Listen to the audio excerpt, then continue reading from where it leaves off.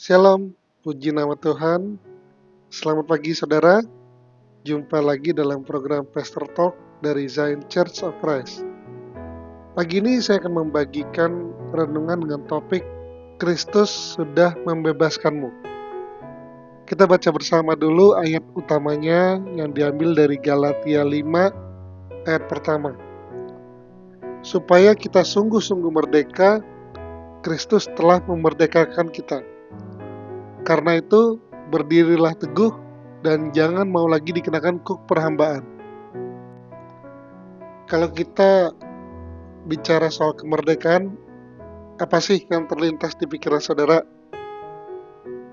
Pasti teringat perjuangan para pahlawan bangsa sampai akhirnya kita bisa menikmati hidup merdeka dari penjajahan. Lalu bagaimana dengan kemerdekaan secara rohani? Hari ini kita akan bahas tentang kemerdekaan yang jauh lebih dalam dan kekal, yaitu kemerdekaan di dalam Kristus. Apa sih kemerdekaan dalam Kristus itu? Galatia 5 ayat pertama berkata bahwa Kristus telah memerdekakan kita supaya kita sungguh-sungguh merdeka. Jadi ini bukan soal politik ya saudara, ataupun geografi, tapi soal jiwa dan hidup kita. Sebelum kita mengenal Tuhan Yesus, kita diperbudak oleh banyak hal. Ada dosa, ada rasa bersalah, hukum Taurat, penghakiman, dan bahkan ekspektasi dunia yang selalu menekan atau menghantui banyak orang. Tapi melalui salib, Tuhan Yesus membayar lunas semua hutang dosa kita dan membuka jalan bagi kita untuk hidup di dalam anugerah, bukan lagi dalam ketakutan. Saya ulang sekali lagi, hidup dalam anugerah, bukan lagi dalam ketakutan. Jadi kita merdeka dari apa aja sih? Yang pertama, kita merdeka dari dosa.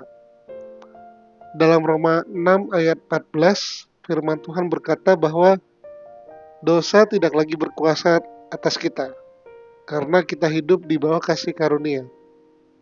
Artinya, kita bukan lagi budak dosa.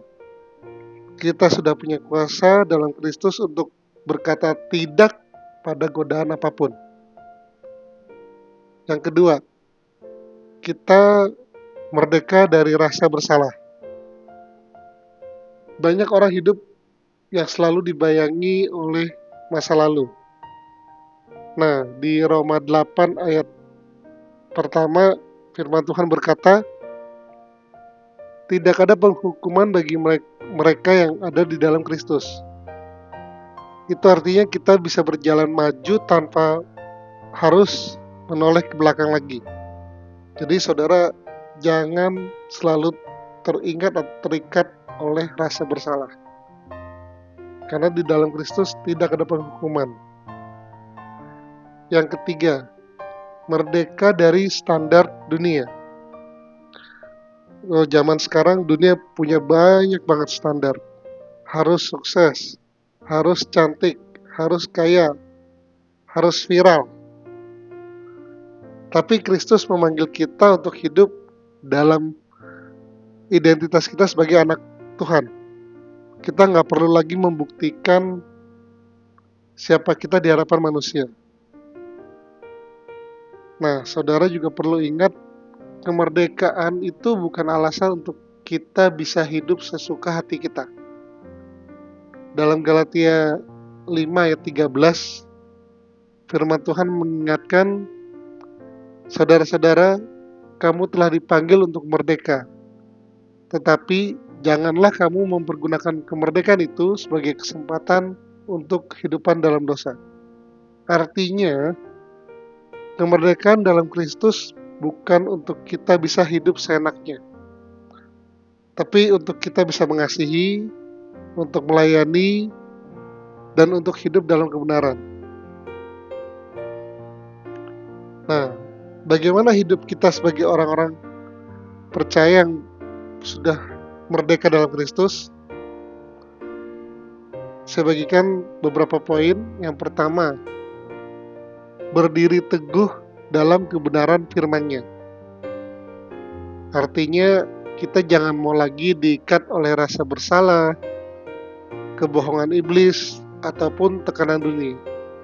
Kita harus bisa berpegang pada firman Tuhan.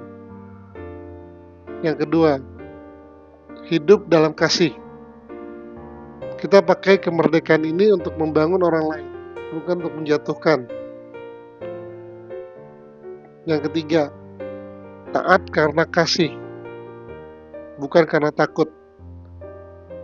Saya ulangi, taat karena kasih, bukan karena takut. Jadi hubungan kita dengan Tuhan itu bukan hubungan majikan dan hamba, tapi bapa dan anak. Bapa yang penuh kasih, yang sangat mengasihi anaknya. Saudara terkasih, kemerdekaan yang kita punya dalam Kristus adalah anugerah yang luar biasa. Lebih dari sekedar bebas dari dosa, kita juga bebas untuk menjadi seperti Kristus, mengasihi, melayani, dan hidup dengan sukacita. Ayo saudara, kita sama-sama jalani hidup ini sebagai orang merdeka. Bukan karena kuat dan hebat kita, tapi karena kasih Kristus yang sudah memerdekakan kita. Amin. Saya percaya renungan ini akan membukakan pemahaman baru untuk saudara terkasih semuanya. Selamat beraktivitas. Tuhan Yesus memberkati. Shalom.